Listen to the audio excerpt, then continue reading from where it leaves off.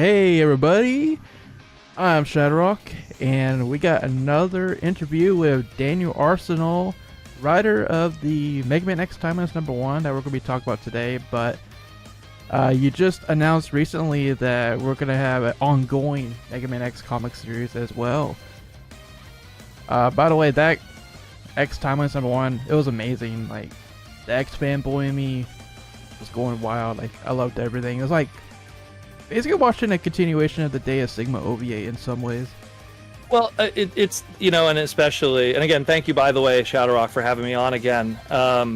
It's something where, there's a lot of things I want to address because a lot of fans had a lot of questions of how we tackled this and stuff. And especially since the last time we talked, there was actually a lot that even changed in between then when the last time we talked and now. In terms of requests from Capcom and stuff like that, and just to kind of make sense of everything and the choices we make and what we're going to be doing going forward and stuff. So, I mean, I apologize if I look a little raggedy. We just came off of a bit of a convention tour with the book and stuff. I mean, if anyone was watching on my Twitter and Instagram, we just did Otakudon Montreal. We sold out of the book there, which was fantastic. We did a panel there and stuff, which had a very good turnout. Mega Man is alive and well, at least in Canada for the time being. We're gonna be hitting some other shows in the super near future. I actually forgot to mention another one too. We're gonna be doing the Mississauga video game show in September, somewhere in Japan at some point once Air Canada gets their strike thing underway. We're gonna be doing a show in Chicago in October. Like, it's gonna be a good couple of months. If you're a Mega Man fan, you're hitting the convention scene, let's put it that way. So yeah, just to plug that too.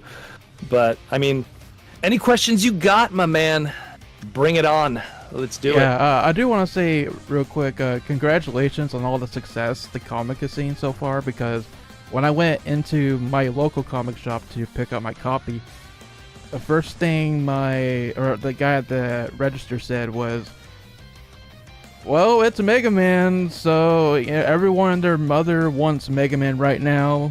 It's like, really? So that was what sucked for me even, because I wanted to go to like my local comic shop that I've been going to forever, and I wanted to like take a photo of it near like with all the other books and stuff. And I didn't bring my own personal copy with. I just figured, it'll be there, right? And when I went in, I'm like, Mark, is it there? He's like, no, sold out, man. I'm like, a good bad problem, I'm like, darn, I wanted to take like that new Comic Book Wednesday. I wanted to, take a picture with it. And I was like, well, it's a good problem, but a bad problem, whatever. Yeah. Good. So it's been quite I'm very surprised how successful it's been. Not only that, but even like the more expensive like tier covers, let's put it that way. Like, those you would think would be a little more, I guess we'll call it wallet sensitive. But people showed up in droves for that. Like, people wanted to support like artists, because that, in the end, that's what the variant covers are about. It's the same story on the inside, but it's more supporting the art that's on the outside. If you really like, other individuals like Hanzo's, or Cain Biscuit's cover or something. So, everyone was talking about Josh Perez's Legends cover that was shown, the Transformer one, which I think is absolutely fantastic. It's incredible. What was amazing about that one was that cover was revealed, and then we went to San Diego Comic-Con, and all the people on the Transformers brand were like, how do I get that cover? They were freaking out.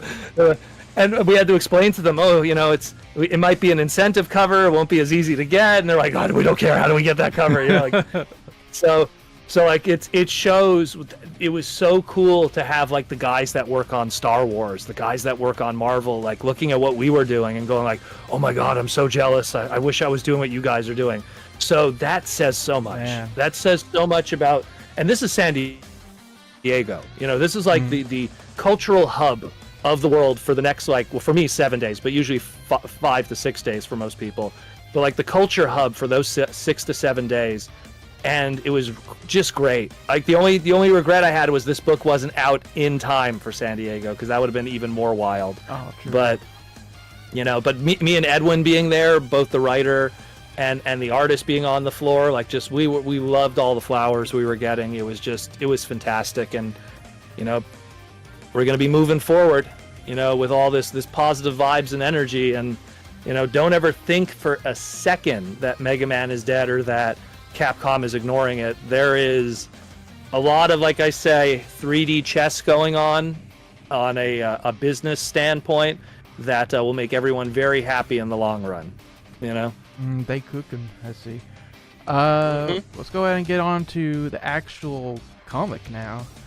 So, with me just in case for reference. Get open. Yeah. I wrote it, but it's like I already forgot because I've been writing all the other stuff too. So I'll start with a general question. So before this comic came out, you released a visual guide showing how the issue fits into the upcoming ongoing series. Just for those that are not fully in the loop, could you elaborate on the reading order for the early X comics? Well, I'll even go a little step back even. So like when I first scripted this and planned this was originally, again, and when we talked back then, and even before when we talked, this was planned just to be a one-shot. That was the end-all be-all is if you have only 22 pages, one chance to tell a story, what are you going to do with X, right? And I tackled it from my Transformer Hasbro background where me and you, we know everything about Mega Man.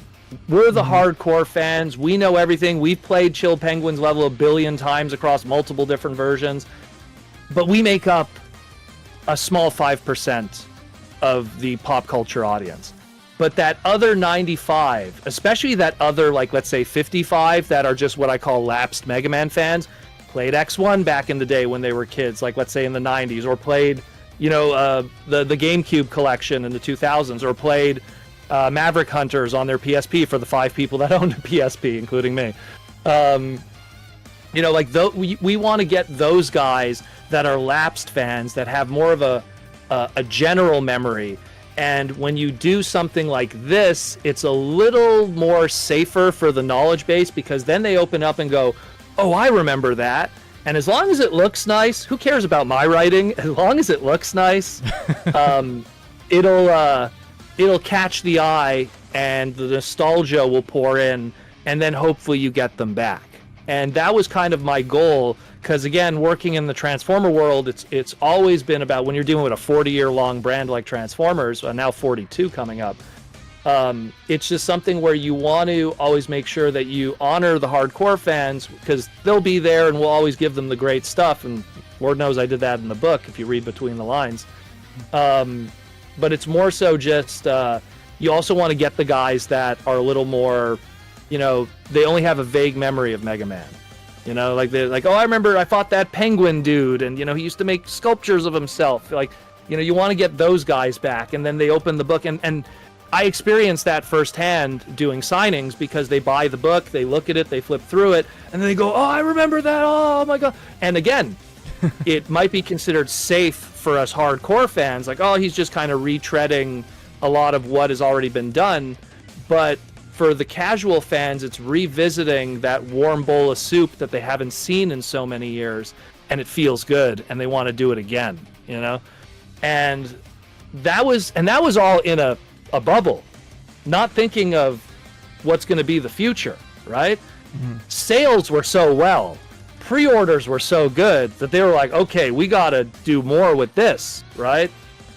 And that's where I went, okay, so I want to not just act like this was a one-shot thing and just forget it. Let's build from this. And already I put a lot of lore building stuff in there, and I like to call it video game logic made reality, which we'll get into when we talk about other stuff today. But it's something where, I wanted to build out more what I started here. So the ongoing that we have thus far, the first 6 issues, we have an issue 0, which is 90s as hell, because the 90s was all about the issue zeros, and not the 0 character, the 0 number, which is always confusing when we have meetings. It's like, oh, so are you working on issue 0, the comic, the character, or the,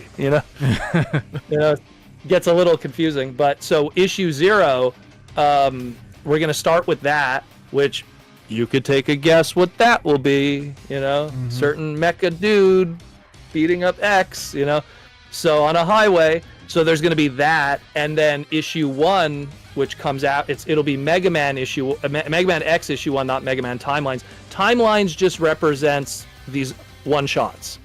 if hypothetically, let's say Mega Man Legends timelines gets an ongoing, it'll just be Mega Man Legends and a numbering. No, timelines is just for the one-shots that we're having right here. And the connecting little Easter eggs that some of you already caught. Some of them you didn't catch, which we're going to talk about today. Oh boy. I thought you guys were hardcore, but anyway, it's okay. You know? But you guys caught some stuff, so I was very proud of you guys. There's little things I was like, as I was watching, I was like, very good, okay. You know? But there was some stuff that I was like, oh, I'm surprised they didn't mention that, so I'll bring it up today. But just it's small things though, because I'm all about attention to detail. When you have to obsess about this world of the Transformers, like it's always about the obsession to detail and the little things. And Autobots have to have blue eyes, Decepticons have to have red eyes, but Unicronians have to have yellow eyes, or if there are other factions and traitors, purple. Like it's all those fine details. You know, X has to have green eyes. If he has blue eyes, there's something wrong with that. You know, like it's always that kind of stuff. But yeah, so it's going to be obviously this chronologically it came out first, so you end up reading this. But when the ongoing starts, it's going to start with issue 0, Central Highway. And again, don't think it's just Central Highway. Trust me, 22 pages of just running straight and shooting some dudes and then fighting Vile would be very boring. So I put in a lot in there. The one spoiler I can give is Luna and Minerva have been very well received, and so they're going to get a little more screen time this time around, because again, we're kind of opening, like, you know, we're not just going to start, oh, X teleports on Central Highway. You got to build to that. So you're going to get a little more of them. Again, I'm building this world that we are going to get to original stories, because trust me, when we finish the X story, someone's going to go up to bat, the other person, the other book, Legends, Zero, Classic, whatever it'll be. And that'll be a great opportunity for me to go, hey, let's do a Green Biker Dude one shot. Let's do a Luna and Minerva side story. Let's something. Just build a world. Now that we've established this X world, that we took the games and then we flowered it out, let's then build more from that. And now we have these characters that are finally characters. So now we could build from that, you know, in a lot of ways of what the Archie guys did and Ian did with Quake Woman and a lot of that stuff. And it's just because, to me, there's so much there that's so, like, even more so than original series, like Classic. There's so much there to pull from, even in between the games. You know, like all the stuff that happened between the end of X1 and the beginning of X2, and you know, the X Hunters, and where did they come from and their backgrounds, which, oh my God, let's just say I have to have conversations about that one. Not here, but in private with certain individuals. You know, like who's who. If you know, you know. I'm pretty sure you'll put a graphic on the screen or something, but you know, it's like, it's something where those are great in between original stories, you know. So when you're doing this initial comic book that gets, again, we're that 5% audience of the super hardcore around the world, we got to get that other 55 of lapsed fans and that other chunk of just like new fans completely. We're building to something. We're building something. We're building a foundation of characters and knowledge and story, and then we could do original stuff, then revisit X2. But again, if you saw what I already did with this, I don't just straight up do Chill Penguin. Right. And we'll talk about like a lot of the stuff that I did in there and the decisions I made, because again, it's what I said last time when I did my interview with you about, when I mentioned the Mario stage, how there's a video game logic of like, well, why is the block just floating there? That's video game logic. You don't have to explain it. It's just there, or the coins. But if you add like an actual kind of logic to it, you could do it where it's not silly. You could explain a story of why those things are. So I hope that's the long, short answer of it, kind of.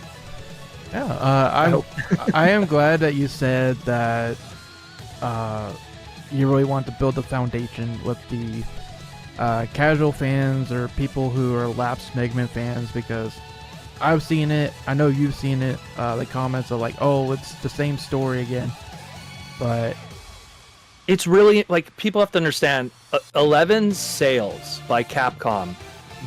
If you could literally, like, we can't get that analytic but I guarantee the sales of Mega Man 11, maybe 11% of them were hardcore fans. The rest of it was just people that are like, I remember Mega Man. I really liked it. Oh, a modern Mega Man game. Oh, this one came with an amiibo.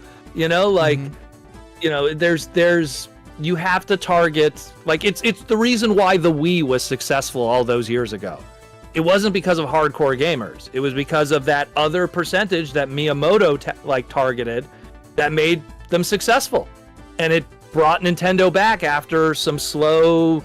You know, whether you love the N64 and the GameCube or not, that slow era going up against PlayStation. You know, so you have to sometimes attack the business side of it. And I think that's a lot of the reason why I was also brought in on the brand. It's not only just because I'm an insanely huge Mega Man fan with crazy lore and knowledge, but also because of just working in that world for like almost a decade and a half now, really helped me with the business side of it. You know, like the trademarking, the licensing, the like all the long, like, and I said this to you off air, but I'll say it on air too. Guys, pay attention to everything that's happening that isn't Mega Man related video games. The action figures that have been coming out, the model kits, the you know, the all the supplemental material of like little patches and pins and Funko Pops. Like, there's a swell of growth of licensing that's going on right now, along with the legacy collections and all those things that are also existing. Not for us, the hardcore fans. Hey, it's great to revisit Battle Network again, but it's to remind the kid who grew up with Battle Network that is a lapsed fan and now is playing Fortnite or whatever now. You know, we're trying to get him back. Hey, remember the Blue Bomber? Remember these games? Here's these games. Here's these original series games. Here's these X games. Here's these Battle Network games. Who knows? Maybe a collection of some other, you know, Mega Man entities. We shall see. Yeah, but that's like that's the 3D chess of it, like from a business standpoint. I kind of want to bring that to, because the Transformer community understands that. Like, they understand the business side of it, because it's a toy brand, so there's a lot more manufacturing involved, where video games are a lot more, you kind of just get the end product and it's perfect, assumably.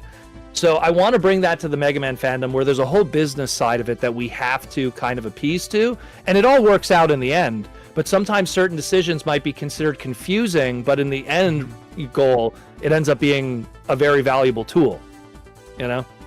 Yeah, you know, you gotta start somewhere, you gotta build to something, and... 100%.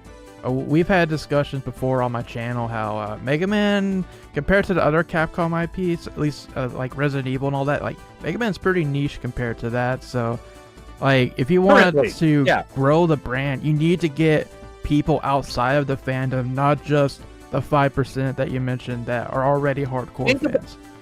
Think about ShadowRock, how much that Smash Brothers reveal did for the Mega Man branding back then. Oh, when that first trailer hit.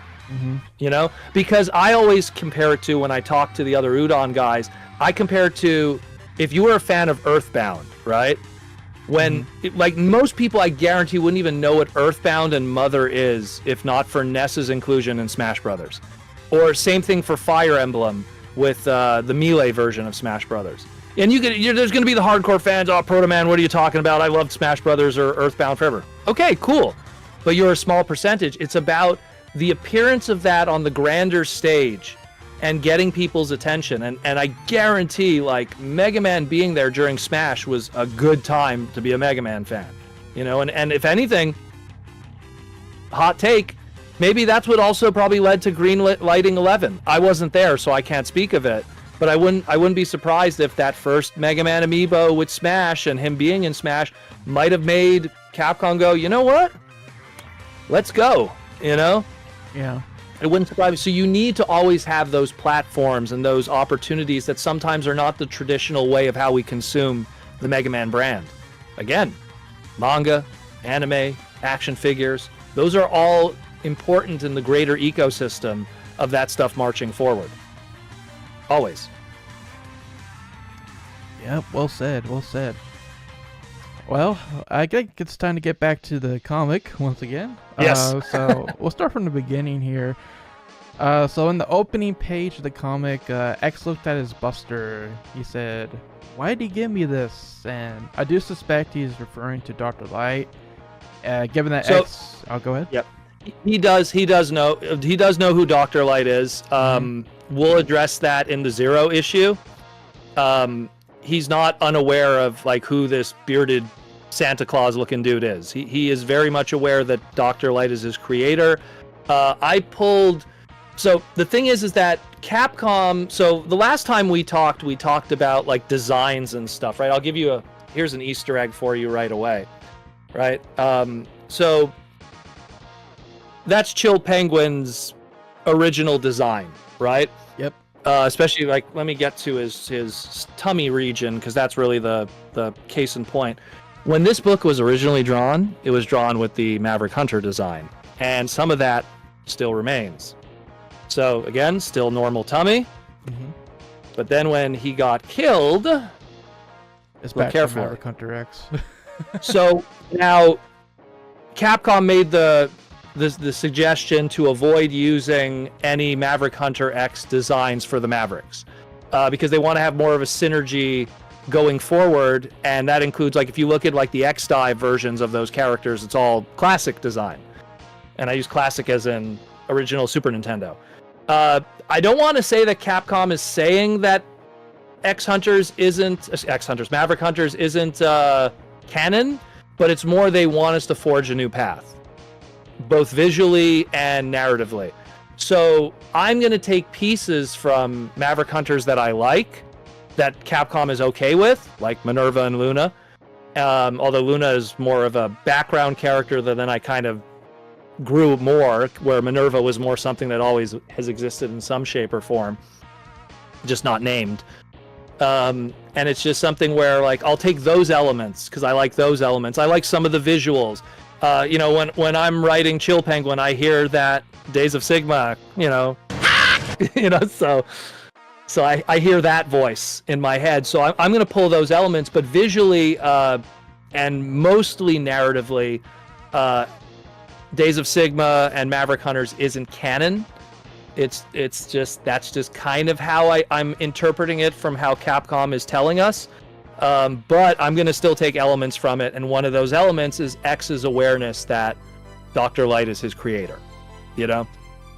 Like that Days of Sigma scene at the end, let's just say there'll be a variation of that written my way. You know what I mean? Yeah. To establish it that it's in this continuity too, So that's kind of the long short of that. And that's, again, one of the Easter eggs.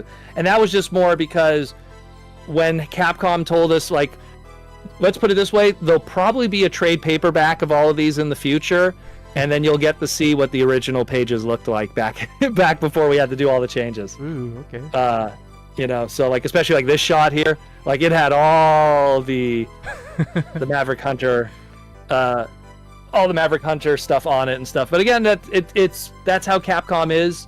They're very protective of their IP and their visuals, and you have to respect that. If they say Chun-Li needs to have 7 studs instead of 8 on her bracelet, it has to be like that. And I mean, that's why they've been such a memorable brand, and why you could say what you want about Fortnite, but I think more people know about Ryu and Chun-Li, and that's why they're in Fortnite, than even those characters like Peely. Like, I think that 10 years from now, we might not even talk about those Fortnite characters, but Chun-Li, Ryu, Mega Man, they'll still be around, And having a consistency with those brands is what keeps them around, as opposed to being a flash in the pan kind of thing with certain gaming. And there's been a lot of that for the past, multiple decades, where there's this really hot brand, it's the cool hip thing, and then it's gone. Let me just throw one out there, like Primal Rage, the fighting game with dinosaurs. It was a really hot, controversial thing. Everyone's talking about it. There's action figures, there's comic books, and then, then it's gone. And where other brands endure indefinitely. So that's kind of like what happened with that. Yeah. I did kind of figure from that opening page that there might be some elements of that Day of Sigma flashback in issue 0, so that's why I wanted to ask. So if I didn't say that it inspired me in some way, I'd be lying. What I mean? Like, it's pretty big. There's especially that doctor, like that last 5 minutes, it like is so weighty and so inspiring. Just the run through of the saber through X's chest or stomach, and then that whole flashback scene, and then even afterwards, great voice acting too, by the way, by the English dub crew. He's you amazing. know, yeah, fantastic, well done. Like, just to say that didn't exist in the back of my cerebral cortex, I'd be lying. So it's like, it's something that, to me, like, I had to pull elements from that because it's too good. It's too good to like just leave that alone, So that's kind of like the short of that answer. Yeah, when I was reading through the comic, I definitely had the Maverick Hunter X voices in my head reading the dialogue. I do too. When the day comes where you're going to read that Storm Eagle issue, it's going to be the same thing. I heard that Storm Eagle in my head when I was writing. Oh, yeah. Yeah. So I hope you hear it too when you read it. I bet I will. Yeah. Another piece of lore that you added to Chill Penguin Stage is the Dr. Cain's excavation site that explains how the light capsule got there. What did the inspiration of that come from? So that comes from what I was saying before, where you look at the X games, these capsules are just everywhere. You know what I mean? That's video game logic. It's just there. You're gonna find it. It's just there. Why is there a capsule in Flame Mammoth's factory? It's just there. I wanted to add an extra element that makes sense. Why are they there? Why are these capsules like? You're gonna see the exact same thing with the Storm Eagle one, where it's like, why are these capsules here? There's a extremely logical explanation. Dr. Cain is an archaeologist, right? He finds X. X is in a capsule. He literally creates for lack of better words, an empire from this whole Reploids thing based off of X. You don't think he's going to dig a little more to find some more stuff, So it leads to, what happened in between that chunk of time between the discovery of X and the beginning of the first game. And it's Cain just still digging, still looking, using his recently created Reploids to try to find more seeds of the past. And he finds these capsules and he can't activate them. There's nothing in them. They're kind of peculiar and he can't activate them. But yet when X touches one, all of a sudden they go wild. And that's a very good way to then explain later on, because this is going to come up a lot, the capsules that are found in the later games. It's one thing if the capsules were just a one-time thing in X1, we could almost kind of get away with just finding them wildly, but how are we going to explain that when we're like knee deep in like other games and we're still finding capsules? It's going to have to be a more of an excavation, like it's like almost like how people still find dinosaur bones all these years later. It's something where Dr. Light really had a long-term planning in his mind, because after dealing with Wily all those years, he knows that peace is never so easy. So he had a lot of long-term planning, and even I don't want to get too deep into it, but even the explanation of, well, how does X then lose all those armor parts at the end, that's already planned. Like how does that go away, and then starting from square one again, I got that all planned out too. Yeah, that was gonna be one of my questions about. Oh, what? Okay. That's I don't want to spoil it, but it's something where it's like because again, I don't want to have to when I get to like the future games have to like explain, well, why is he back at square one again? Obviously, video game logic is you don't want to, you beat Final Fantasy, your character's at level 60 whatever, you don't, and then you get to the next game. Granted, it's not the same characters, but what I'm trying to say is like you start at level 1 again. Video game logic is you always start at the beginning. You always start at level 1. So it's something where I have to find a way. How do you hit that reset button? And I figured out a very, very serendipitous, very good way to do that. That's very good. And again, I don't want to spoil it, but like people like it, I find. Yeah, I don't want to make it spoil anything, but it was a discussion. I'm just so excited about it, so but yeah. Yeah, you may have heard about it in our own discussion video, assuming you watched it. I kind of was. I was skimming through it because unfortunately I just got back from the conventions. That's all right. I just got back, so I had it playing in the background, so I was like, I would be like listening. I was more like listening than looking, and I was just kind of like, okay, they got that. Okay, they kind of missed that. Okay, look, we'll cover some other stuff. Yeah. We were talking about how it's been referenced in lore books, interviews, promotional videos for X Dive even. That I was just reminded of recently, that at the end of each game, X1 through X4, X would return his armor to the live capsule to be upgraded. So that's one of the things we were wondering about. Well, the problem with that logic, though, is implying that then, going back to, let's say, Flame Mammoth, where it's just kind of tucked away there, why is that not now in another location in X2 and X3?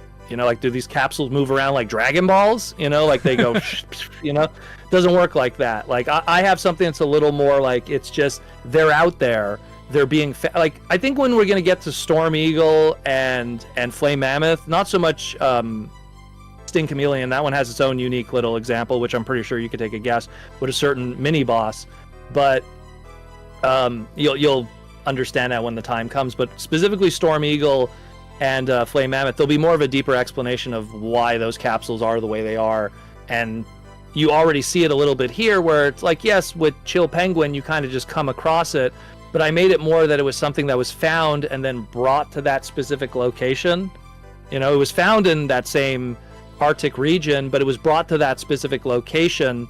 And then instead of it just being like a little hallway that you walk through, you can't get past it, you get the leg armor, that's it. I wanted it to be like it's a lab room. There's a whole little deep piece of lore of what was found here and why it can't be activated and why no one else, why didn't a single other Reploid step into that capsule and get leg upgrades? There's a lot, again, that video game logic that you have to build around, Yeah, exactly. All right. So we kind of touched on this already, but we talked before about how Maverick Hunter X influenced the comic, and not limited to the Navigators, Minerva and Luna. But there are still aspects that stay true to the original, like we talked about the leg capsule, Chill Penguin retaining a Super NES design. Was Maverick Hunter X before, but you guys had to change it. Yeah. So can you comment on the decision to meld elements of both of the games together? Well, again, when we had our last discussion, it was just more that there's so much, the original game is the foundation, and it's what Capcom really wants to lean on is more the foundation. But you can't deny the visual storytelling elements that are exclusive to the Maverick Hunters version. And I think that it's something where I don't think we'll be having that discussion as much when the time comes when I get to X2 and X3. Because then there's only going to be one thing I could really pull from outside of manga stories, where I could just really just be more creative, and there will be nothing that would be influencing, so to speak. But I do, again, it's not that I want to pull from them; it's that I want to honor those things because I really want it, to not have the pink and blue navigators just kind of oh, here they are and then no more. I want to have them there. Because we don't have Iris yet, we don't have Ilia yet, we don't have Cinnamon, we don't even have we don't have Marino and Nana and all. Let's get some girls back there. Let's put some girls in these early games, because think about outside of the extremes that happen in between on the Game Boy stuff, we don't really have that. And the Maverick Hunter games gave us that in a small little bit, so I want to bring more of that. Otherwise, it's just a bunch of dudes, Yeah. Unless you want to squint and go, is Zero a girl? Which happened for a lot of us, I'm sure, the first time. So I thought it at first. I think everyone did. It was either that or you thought it was a scarf, but that wasn't going to be the case. But so it's just something where I wanted to bring those elements because I felt that you couldn't leave those behind. There was too much that you could use to build out. And I think that they're two fun characters that could be used later for small little stories, or they could be used later for great looking covers that would sell well, judging by how Udon's, girl covers sell extremely well. To have them be, used on covers and stuff, just again, the business side of it just makes sense. You know what I mean? Ask Udon, what's their best-selling books? It's Shantae, and if anyone knows Shantae, that's Girl City, so and those books sell very well for them. So it's something where, it just makes sense to bring those characters out, flesh them out more. And I'm pretty sure the fans, I know that I saw on Twitter, the fans were excited about it. When those two characters were named by me on Twitter, all of a sudden there was fan art coming out of nowhere, and I was like, oh, well, here we go. Right decision. So, and there's going to be more of them. Mark my words. Like I want to use those characters more, both in the current X1 storybooks, but also in future material when the opportunity presents itself.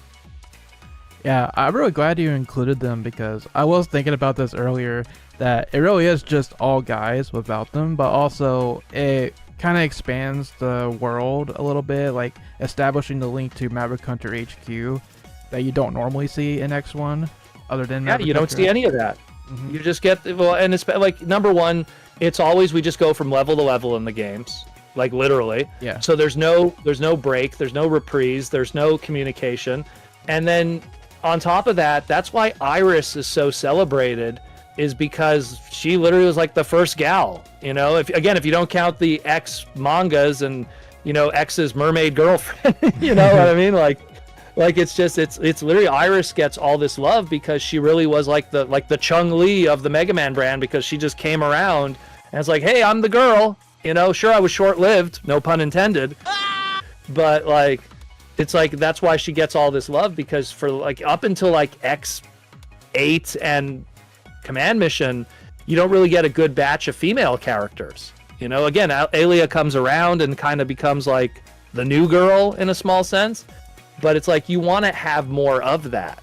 You know, that way, like different groups that enjoy the Mega Man brand. When I was part of the Mega Man fandom back in the 90s on the internet, there was a lot of female fans back then. Shout out to Spectra and Maudie, you know, like they were two pillars of the community who were girls, you know, teenagers at the time. We were all teenagers, but you know, and she loved her Mega Man games, but yet she didn't have any female characters outside of the now dead, at the time, X4 was the new game, but the now dead Iris, you know, so she didn't have much to pull from.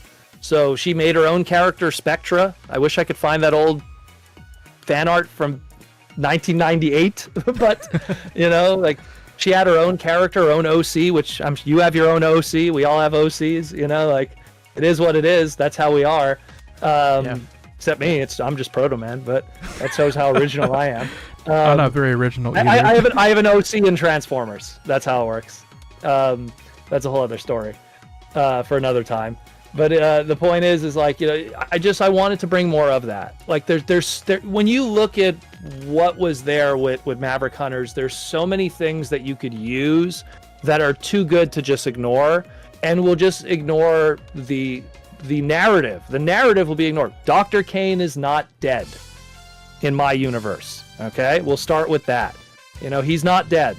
I don't understand killing off your doctor-like character in your first game. And I'm not trying to knock Inafune-san or anyone who worked on that game, but he's too much of an important element later on. How do you explain Zero's rebuild? You know what I mean? Yeah.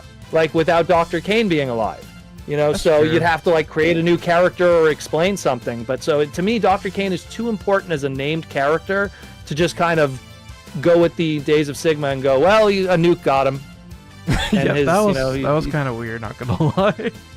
That's the only thing I don't like about Days of Sigma, is that it creates a huge continuity error, unless there's some deeper explanation, which it was kind of done in the Maverick Field Guide by David Oxford. They kind of tried to hand wave it at the time. Oh, he survived. And I was like, I don't know. He was barely surviving on oxygen. You know, Right. How did he survive a nuke?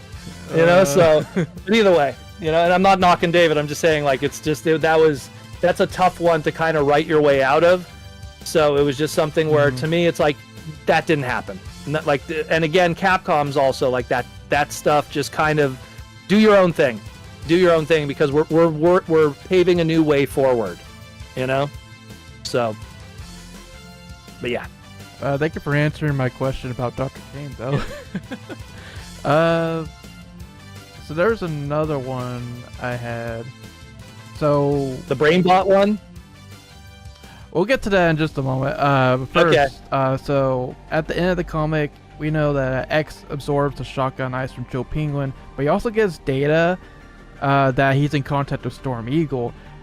Is that a quirk we can expect to see more of? Because that's pretty interesting. So it's more just so I've always, like, you know, there's always been different interpretations of how classic Mega Man used to get the could it be, Ariga, take the chip, put it inside him, I liked the Ruby Spears absorption thing. He's getting my power! Because that is like, taking the chip is so analog 80s. Take the floppy disk, put it inside.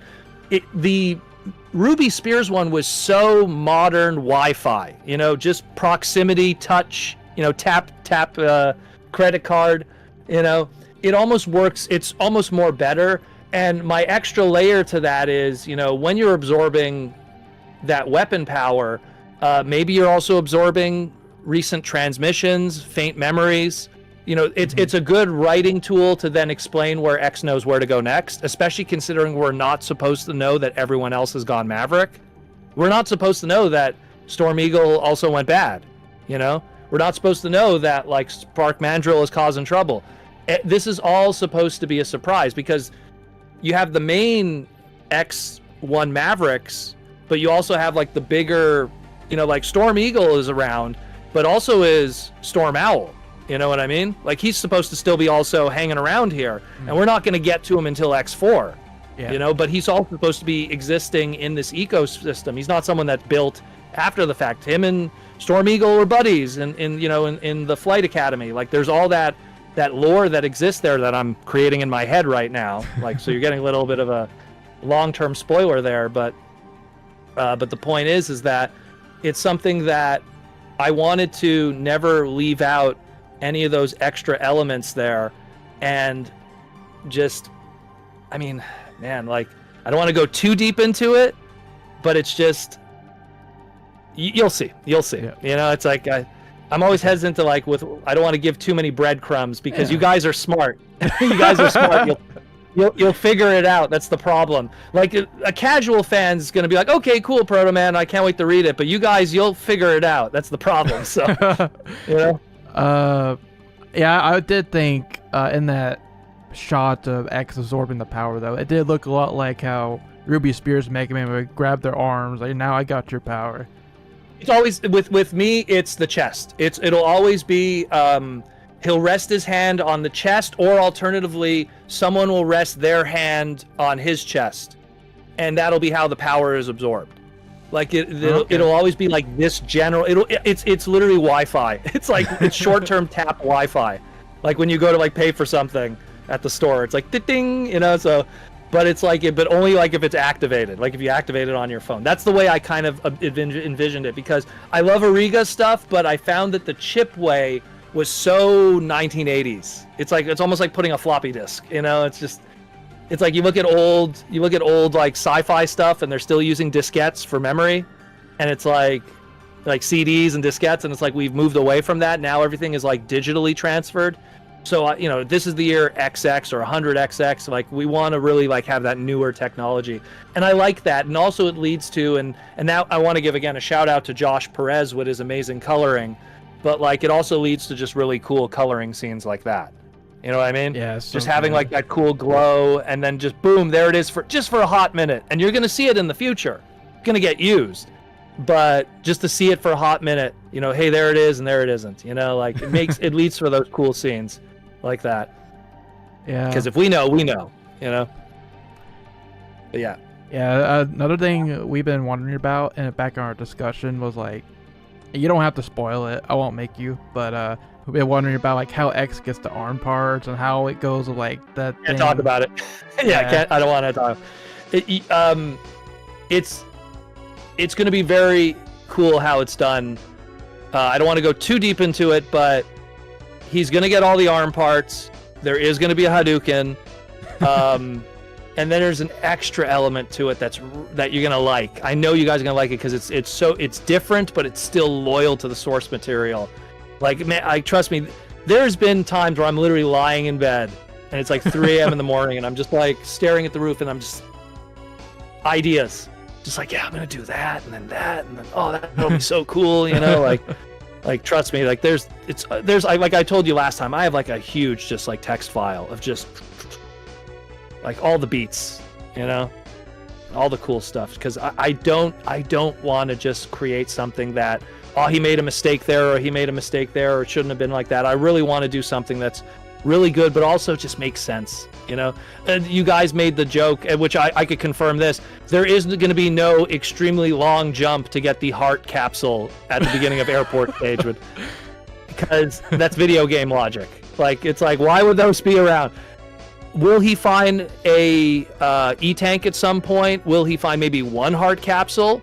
Possibly. I haven't even thought about how I want to do that yet, because I've only written the first 3 books, but it is something I probably do want to put an E-tank at some point. We're not going to find 1-ups. We're not going to find, you know, energy capsules. Maybe we will, maybe we won't. It really depends how you want to write. But when you're doing video game logic and you have 22 pages to fill a story, you want to fill it with story, you know?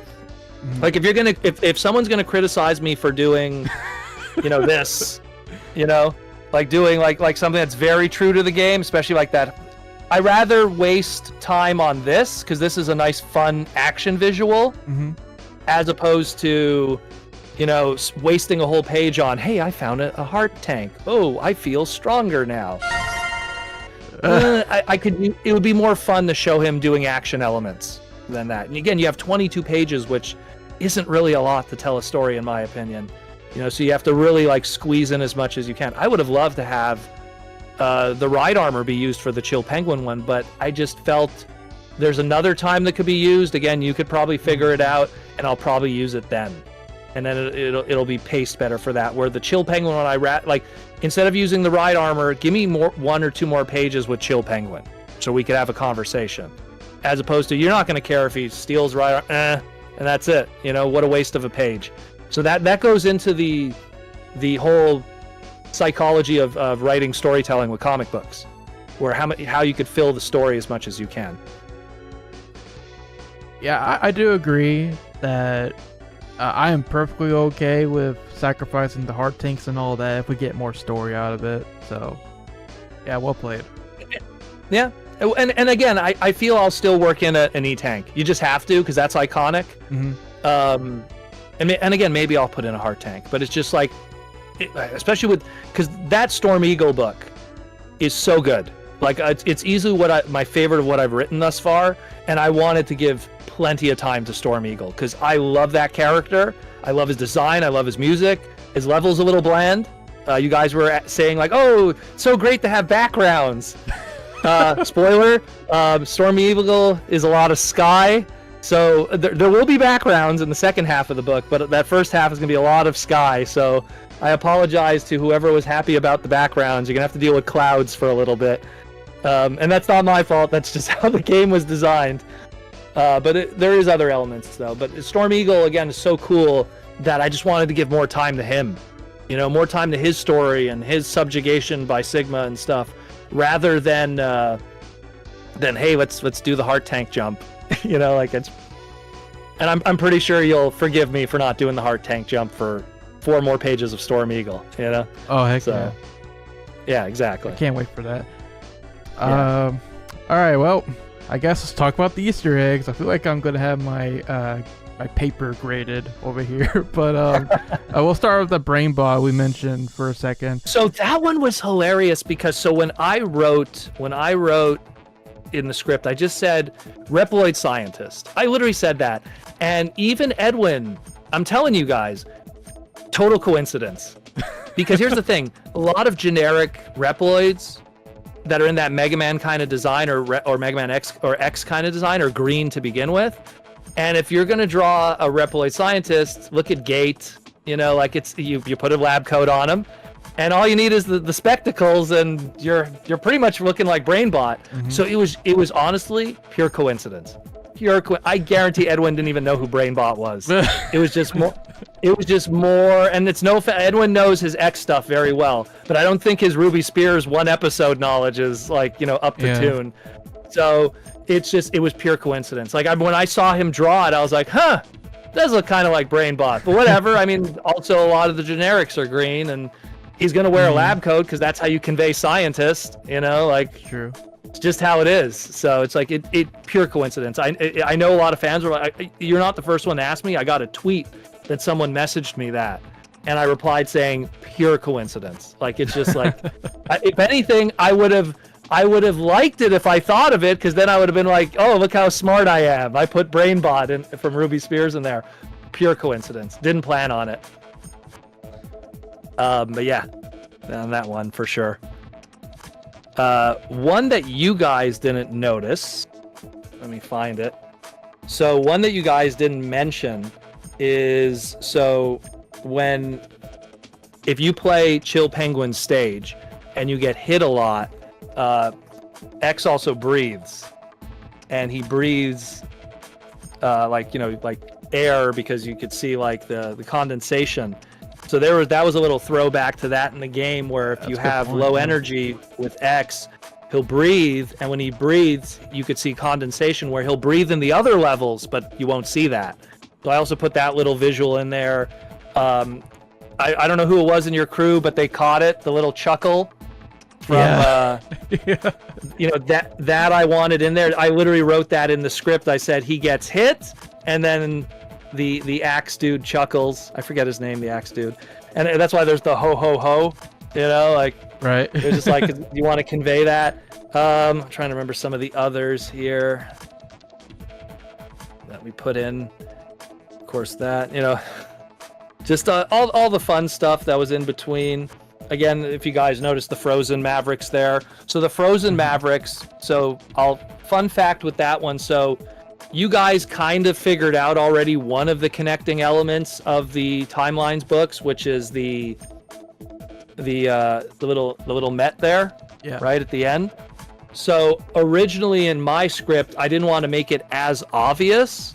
So when we had all those frozen guys there on the side, which the frozen guys are a bit of a nod to the old manga, because the old manga had a whole bunch of generic dudes that were also part of the base and everything. So I kind of wanted to, I didn't base their designs off of them, but I kind of wanted to have that same spirit of those characters that were also kind of screwed over.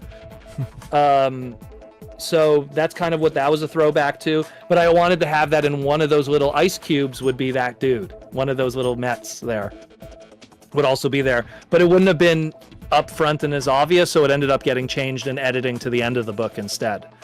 Where I had it just like he was in a cube. Because I didn't want to make it, I wanted to make it more like a Where's Waldo, like, hey, you see that? Yeah. But I think they wanted to make it a little obvious so people could catch it in each book. Where I was doing more of an Easter egg, like, look, you have to look for it. Yeah. And it's funny because when I look at mine, especially with looking at now, and in comic book formatting as opposed to when I look at it digitally, I was hoping that people would even recognize the little different helmet and stuff. But I mean, you guys caught it, so credit to you. And you caught it 2 books in. You still got another 3 to go. Although supposedly the pages that they showed for Zero was the one that had it. Okay, I don't know. The problem is I don't know what's public and what isn't. So that's why I'm always having to be careful with that. One of the Zero preview pages has the Metar in the background. Okay, so it's he's more, there. It's more Where's Waldo-esque in that one, at least. Okay, cool. Although maybe not. Maybe they just zoomed in on a panel. Because the thing is, even mine, like I was looking at, I'm like, it's kind of small in person, but I guess so. So cool then. But I'm glad you guys caught that already. So shows again. That's why I don't want to say too much. You guys will figure it out. So. What else did we miss? But yeah. Let me see what else there was, because there was a few things, but you guys caught most of them. Let's see with the Chill Penguin one. Like one thing that I did was just more. I wanted to convey how important the boots were. So like X slipping, even though the terrain in the game isn't icy, like it doesn't have a slip mechanic to it.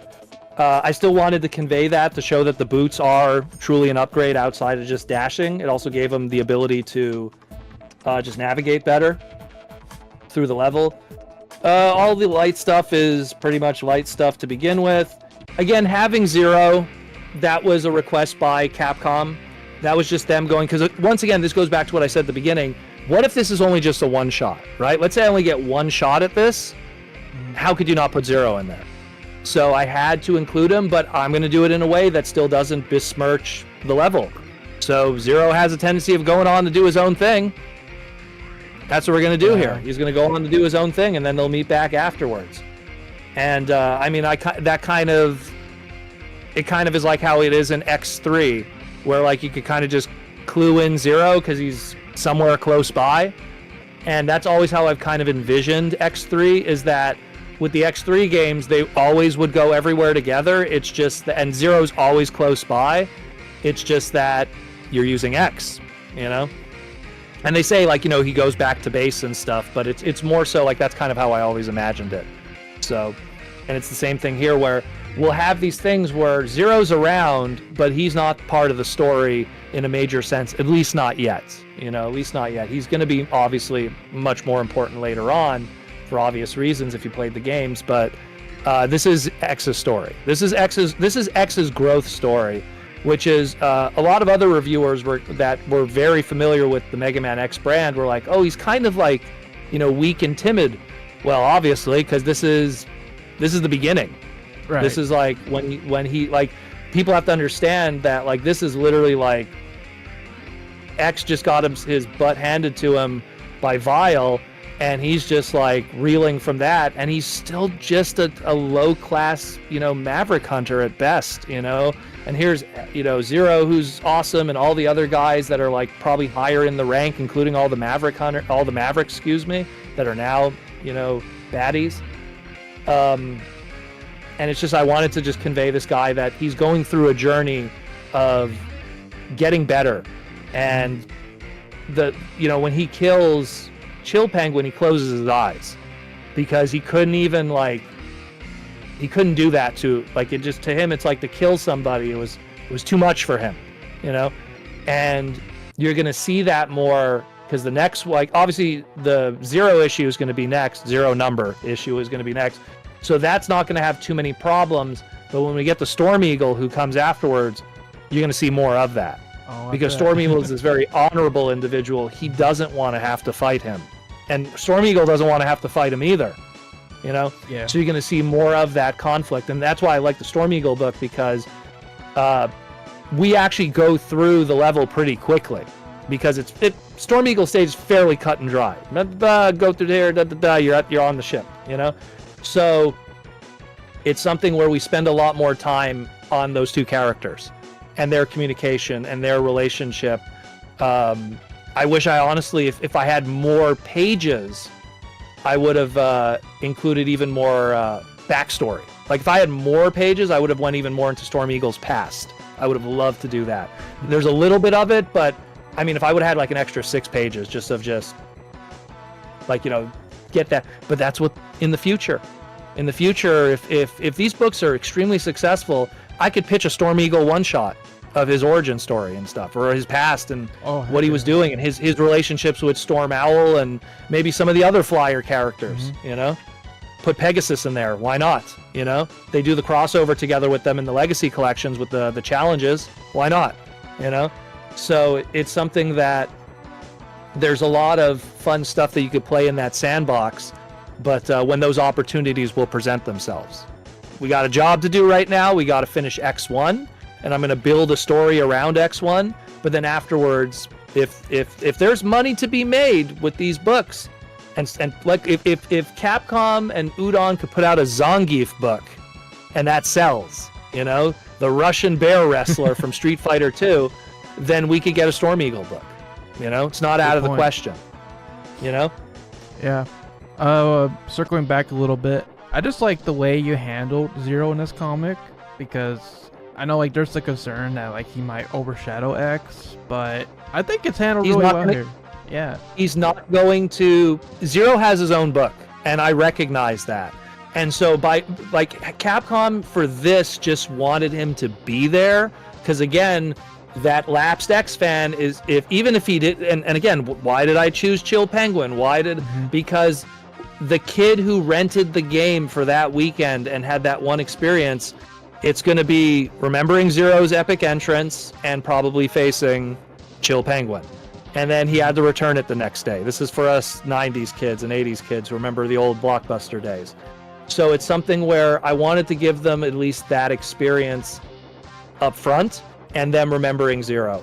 But Zero, anyone who read this book, how much is Zero's? Let's count it right now. 1, 2, 3, 4, and he's gone. 4 pages, and then he shows up in the last 2 pages. Yeah, like the very end. Yeah. So, did he take over the book? No. No. Is Zero a showstopper and looks great? Of course he does. Edwin did every page that Zero is on. Edwin, like, just the aura, you know, like, he looks great. But that's Zero's fault for looking cool, you know, as a design, you know. But it's going to be X's story. It's going to be X's story of growth, of figuring out who he is, dealing with being a Maverick hunter, which is difficult for him because, again, it goes to that first page. Why did you give me this weapon of destruction on my hand? You know, you were someone, you being Dr. Light, was someone that was always aiming for peace and stuff. Like, there's a lot of conflicting things that he has to deal with. Stuff that we're going to cover in the Zero issue because, again, that highway stage is pretty short, so that leaves a lot of room more for fun and storytelling and going into the past that they let me do. So... Yeah. Yeah, I'm really glad that X is going to get to, you know, have his own story and all that. It's great to hear. Yep. 100%. You were just mentioning the past, but let's look forward to the future now. So, you kind of mentioned it already, but of the upcoming comics you're working on, is Storm Eagle the one you're most stoked about? Well, that's written thus far. Because, again, there's a lot of cool stuff that I put in the Highway one, but as someone who's a big fan of shonen anime, Dragon Balls, Fist of the North Star, JoJo's Bizarre Adventure, I could go on and on, Kinnikuman, Man, just action, throwdown stuff. I really liked what me and Hanzo put together. It was really well done, and just great. Again, I'm saying great writing, but I'm tooting my own horn here, but just great cinematography and just how it was all put together. I'm very happy with that and how that turned out.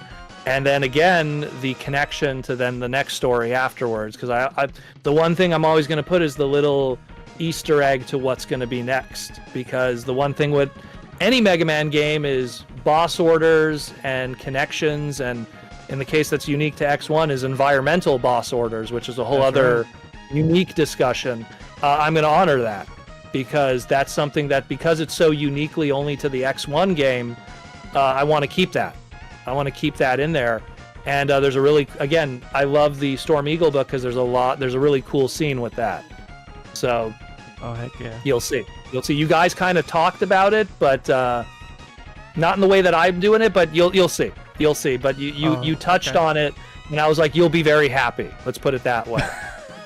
Because again, it's I don't want to toot my own horn, but it's me writing it. So how would I not put that in there? You know, how would I not put that in there? Like, that's the same thing with, like, when we do get the Flame Mammoth, you know, explaining the frozen elements of his factory, like, all that stuff is going to be addressed, because that's such a unique thing to the X1 games that glossing over it would be a disservice to the game, because we don't get that really in the others. So that for sure is going to be there, 100%, 110%. Oh yeah, that answers one of my questions already. So yeah, I'm really looking forward to seeing that connection between the stages. Yeah, and again, I want to give a shout out to, like, also the other future books, because we're kind of like, we're jumping ahead to those ones, but next, more like at the end of this month, because Diamond Distribution kind of messed up the shipping, but Mega Man Zero #1, Ian Flynn's book with Hanzo, who will be. So if you want to get an idea kind of what the art is going to be like for the ongoing, check out Mega Man Zero. Obviously, it's also going to be two very different art styles, because Zero series' art style is vastly different from the X series, but it'll give you a general idea of how Hanzo navigates himself, I guess. So check out that one. That's Ian Flynn, so hey, he's back, so you could check out what he's doing with the Zero book. That, I want to say it's the end of the month. Don't quote me on it. I have to get the exact. My comic book shop I heard August 18th or something, but I could be wrong. Soon. So that's going to be hitting soon. And then in September will be Mega Man ZX with Matt Moylan and Dax. So that'll be in September. No date yet specifically, but in September. And then David Oxford's book with Mick Fong with Mega Man Legends. That's supposed to be October. And then after that's all done, and again, assessing the numbers and everything on top of that too, the analytics of it, hopefully November will be, again, this bad boy right here. which we'll start with 0. We're going to start with issue number 0. And then, if you just count the numbers and every month we hit those dates, you're talking between 6 and 8 months of X books going into way deep into 2026. That'll probably be like June, July-ish, I guess. So, a lot of great stuff planned ahead. And then after that, let's say hypothetically, we take a break and then someone else gets a chance to do a little bit of an ongoing for the time being. I'll do some one-shots, possibly Protoman one-shot, which was teased at San Diego Comic-Con. That was Matt teasing the audience, so I could kind of say that's something I've been playing with as an idea that I'd like to do. But also, again, X one-shots, side stories, one-shot stories. It's a great platform to put out a bunch of different stuff that we could always have some kind of Mega Man content every month for a very long time. So you'll always have something. And if you look at Udon, they've been making Street Fighter books for 20 years. 20 years, nonstop. Maybe we could have 20 years of Mega Man books for nonstop. You know what I mean? Just keep going and have all of that. Yeah. But that's if you guys show up. Exactly. If you guys like it and keep buying it, then we'll keep doing it. The Street Fighter fandom kept showing up every book that was put out for the past 20 years. I think it was like, I want to say it was 2005 they got the license, or 2004. So it's been 20 years that they had more or less. Matt's going to correct me on this when he listens to it, but I know it's been a while. It's been like, it's got to be 20 years plus at this point. So if they've been doing that 20 years plus, swimsuit edition books, special covers, all kinds of stuff, pins, t-shirts and everything, kind of the same thing here. And you go to Udon's website and you go to the merchandise section, there's Mega Man t-shirts, there's Mega Man pins. We're building up this merchandising world that you could go to Udon's website and get the books, get pins, get the latest t-shirts, all that kind of stuff, and celebrate that brand and continue celebrating it for the next decade or so if we could keep doing it. Again, if Capcom loves what we do and the numbers are there, we'll keep giving you supplemental content nonstop forever. More art books, more of this, more supplemental, more Japanese material being imported and localized, like more of that. Again, just looking at the back here, let's go to give a shout out to the Mr. Mega Man book and everything. But like, there's that Zangief book I was just talking about. If Zangief can get some, why not Stormy get? But like, all this other content, all this other unique, manga content that's out there that was exclusively for the Japanese market. So all of that stuff, like just to just be able to give you guys something, because the one thing I hate to see is like, yeah, but there's no new X game.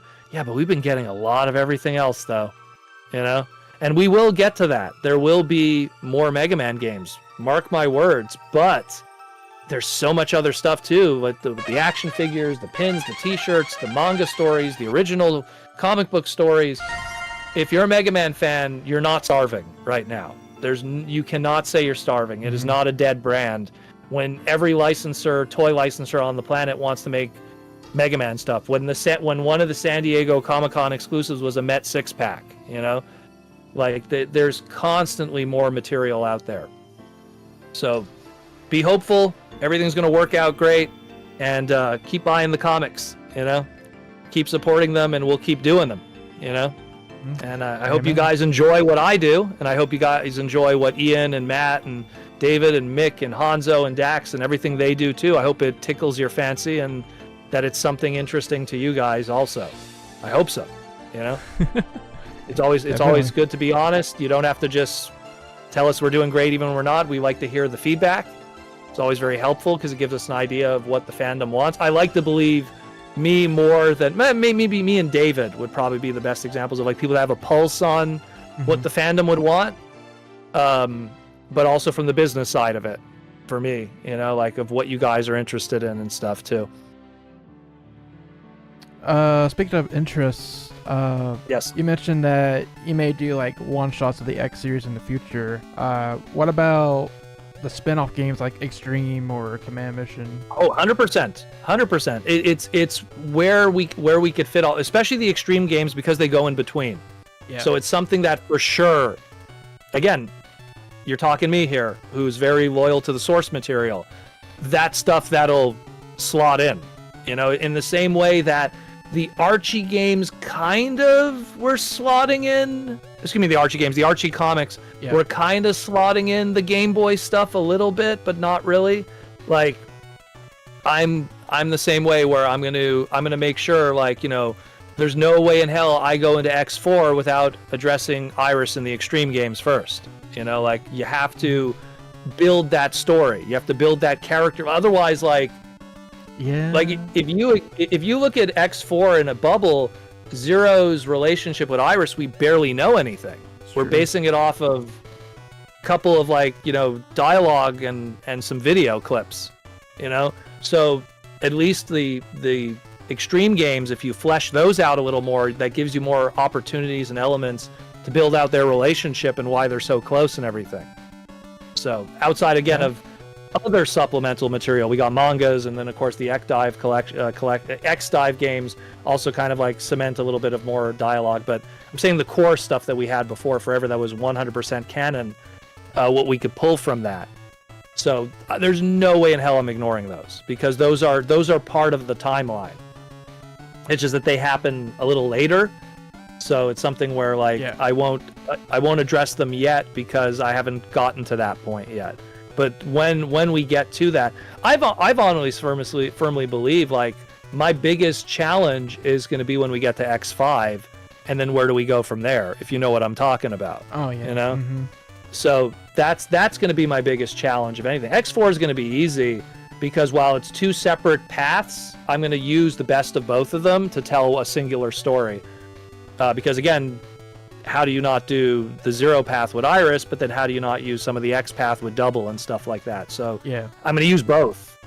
But when you get to X5, that's where it gets very murky, and also with then what comes after X5 if you go that route. Like that is the conversation for 3 years from now. Because we're going to be doing books for so long that I get a feeling by the time I even get to X5 that we'll have like new X games or something that we'll be addressing and wouldn't that be nice? retcon. That's what I'm hoping. I'm not confirming anything right here. I'm just saying, like, it'll be so, like, because again, each book is a month. If it takes like 6 to 8 issues to do an X game, that's like 75% of a year right there. So it's going to take a while. And then again, if I'm sticking in an Extreme and some one shots and we're going to be eating good for a very long time if you guys keep picking up these books. We will be. So I hope that you guys support.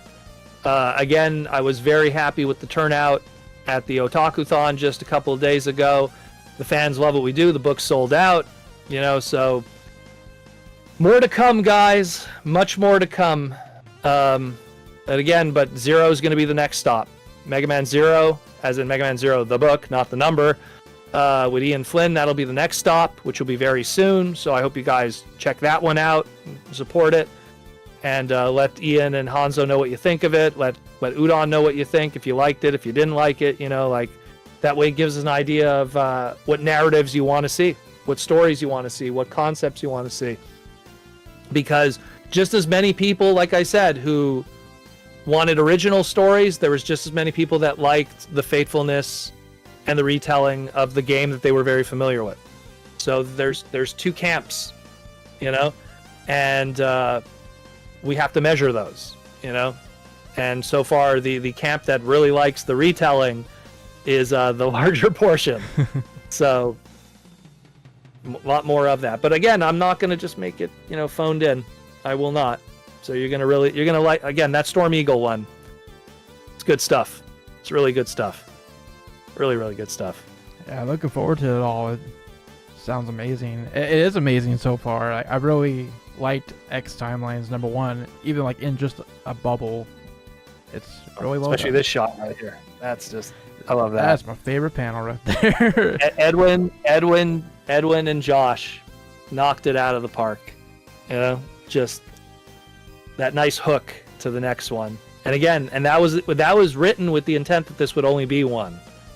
So I'm glad to be able to do that. It's fantastic.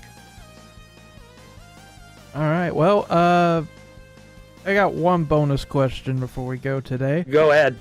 All right, so Last one for the day. you guys have done a bunch of covers for these Timelines comics. You even added more of them after X Timeline sold so well. Yeah. I know of a couple fan artists in the Mega Man community that would be so down to do a cover. What would be your advice to anyone aspiring to do one? Anyone who is an inspiring artist that wants to be involved with this, and and literally I've had this conversation at San Diego, and I had this conversation at the anime convention that just passed, because I always say this: writers talk to artists, artists talk to writers. It's very rare that you have writers talking with writers or artists talking with artists. It's like, because they complement each other more like Lego pieces. And I always tell artists, like, build a portfolio, show them what you're capable of, and show it to them. Artists who are very talented, bring your art to Matt Moylan or any of the editors at Udon and go, hey, this is what I'm capable of.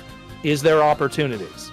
You know, because I don't want to simplify it, but let's do a mathematic equation here. If you have, how many covers are here? 10?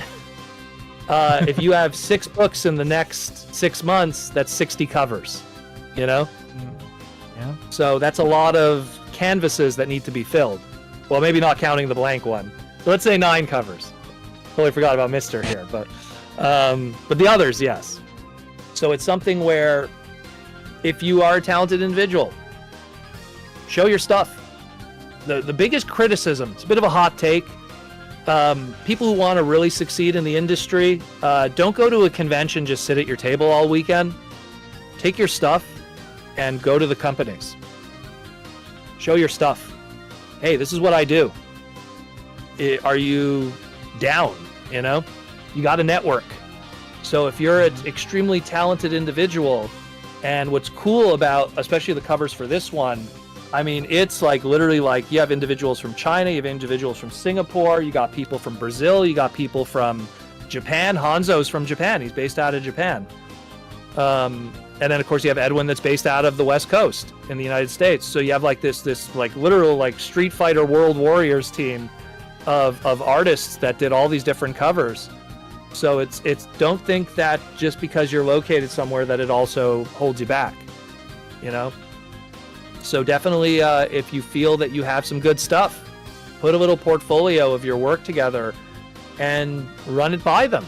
And look, and don't take, like if they say, hey, we don't have any spots right now, it's not personal. Sometimes legitimately 100% there's just no spots. You know, it's like a hockey team, it's like a basketball team. There's only so many slots regardless of talent, you know? But you just got to keep trying. There's a very famous photo on Google that I always tell people to look at.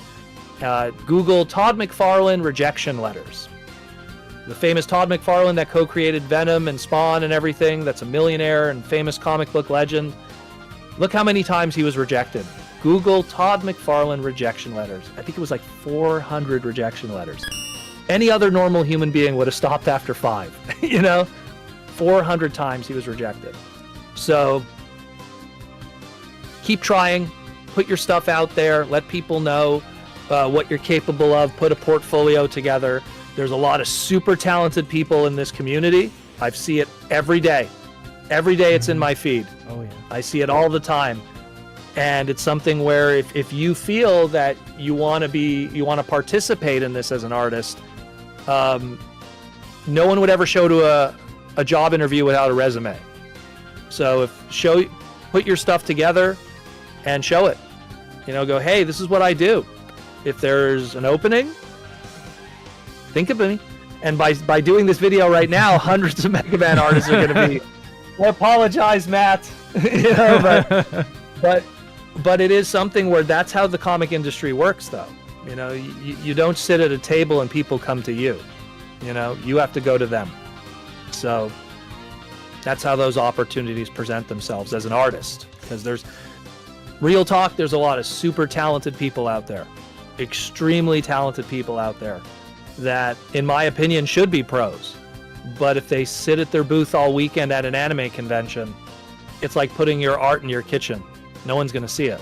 You know, Marvel, Capcom, Udon, Top Cow, Dark Horse, DC, Boom Studios, IDW, they're not walking around the artist alley willy-nilly. You know, just going like, let's find our next Jim Lee, you know?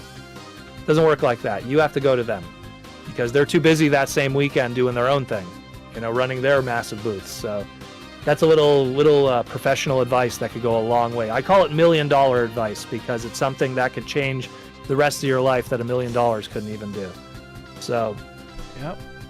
that's one way to go about that.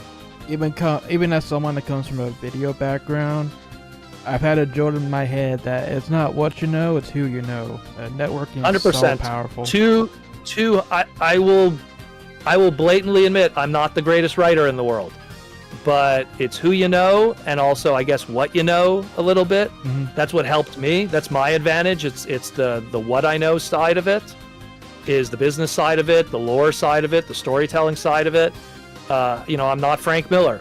I'm not Chris Claremont. I'm not Jim Starlin. You know, I'm not Alan Moore. I'm not these legends of the comic book industry. Right. But I feel that I have enough to get my feet wet, you know, and I have experience from the Transformer brand and working with all those fighting robots on the other side of things. And it gives me those opportunities to then football lateral pass to that of the Mega Man brand that I also have an insane amount of knowledge and history of. And that's why I got that opportunity. But it is something that if you don't try, you don't know, you know? So you got to try. So always try. We're going to end it on a inspirational speech today. It's not just talking about Mega Man comics, but for anyone who's an artist, like, always try, because you never know. Start an Instagram account. Start a DeviantArt account. Put your stuff out there. I don't care if you don't like Instagram or Twitter. Like, start accounts just to put your stuff out there. You're selling yourself short by not putting your stuff out there. You know, in a world today where you're going to be battling AI and stuff, the last thing you want to do is to sell yourself short on platforms. You know, you got to put your stuff out there to let people know you exist. So it's very important. Very, very important. Yeah, definitely. Well said. Really appreciate the advice for everyone out there who's aspiring to, you know, move up. I wish everyone the best of luck. And I guess 100%. We're gonna leave it there for today. Daniel, thank you so much for being on again to talk about Mega Man X and everything else. Probably come back for for when the next book drops, for sure. Oh, sure. By next, I mean like mine, for sure. We'll definitely do something around that time too. Yeah, we could definitely. I don't want to make promises, but who knows? Maybe Matt will want to come by for the ZX one or something. We'll see. So, hey, I'm down. yeah, I'll talk to him. But yeah. Real quick, is there anything else you want to say to the fans before we go? Just if you want to have some cool fun, follow me on Twitter at Protoman. If you want to follow me on Instagram at Protoman Gaming, because someone else got Protoman. Aside from that, you know, those are like my two hubs of you want to see cool stuff that I do, because I do the Transformer Slag podcast for 15 years now. I've been doing a Transformer podcast where we talk about the business and the news and stuff.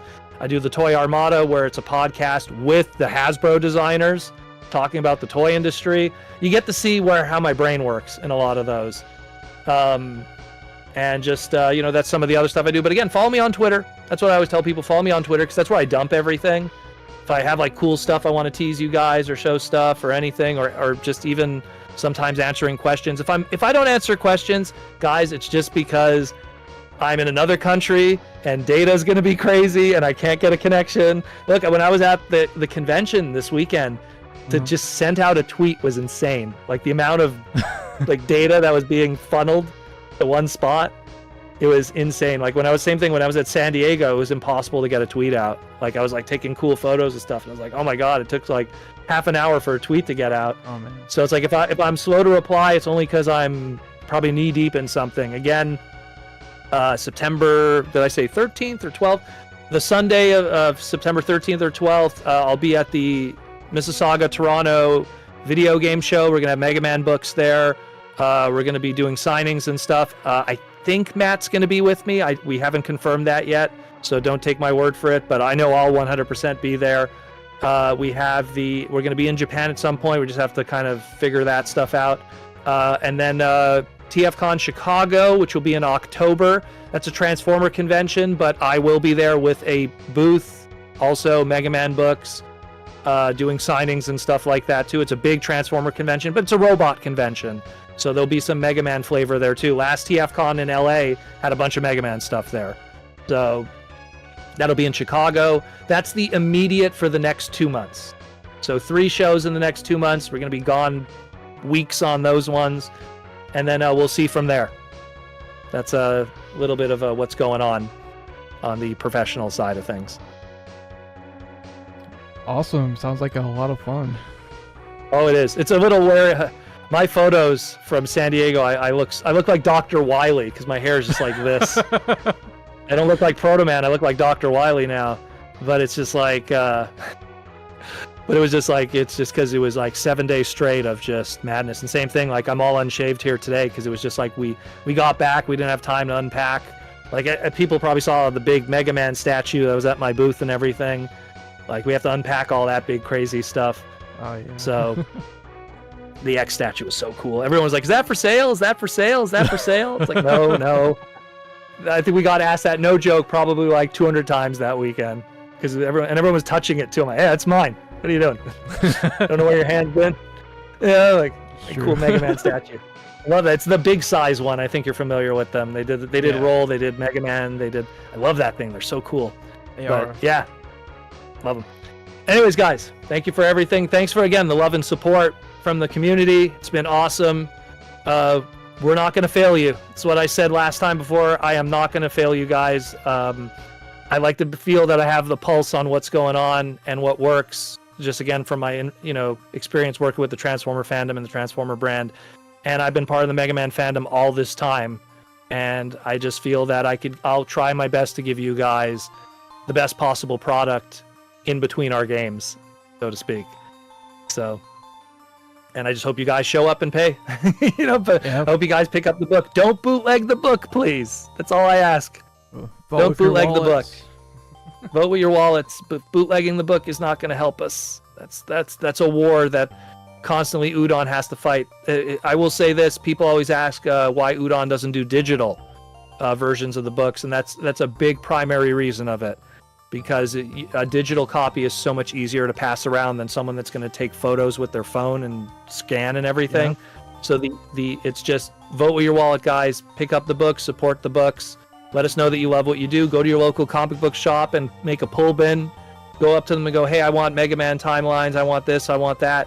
They'll more than happy to support, you guys being part of, the comic book collecting world. And then you can pick up other cool stuff too. Pick up some Archie back issues. I don't know. There's a lot of great stuff out there. Pick up all the other Udon books. If you don't live near a local comic book shop, if you're in an area that doesn't have that, again, Udon Entertainment, their website, everything's there, from T-shirts, pins, and comics and art books. It's all there at your fingertips, just a shipping quote away. So there's that too. So I hope that helps you more or less. Oh yeah, it definitely does. Once again, thank you so much for being on, and for everyone at home, we'll catch you guys next time. Rock on and have yourselves a great time down.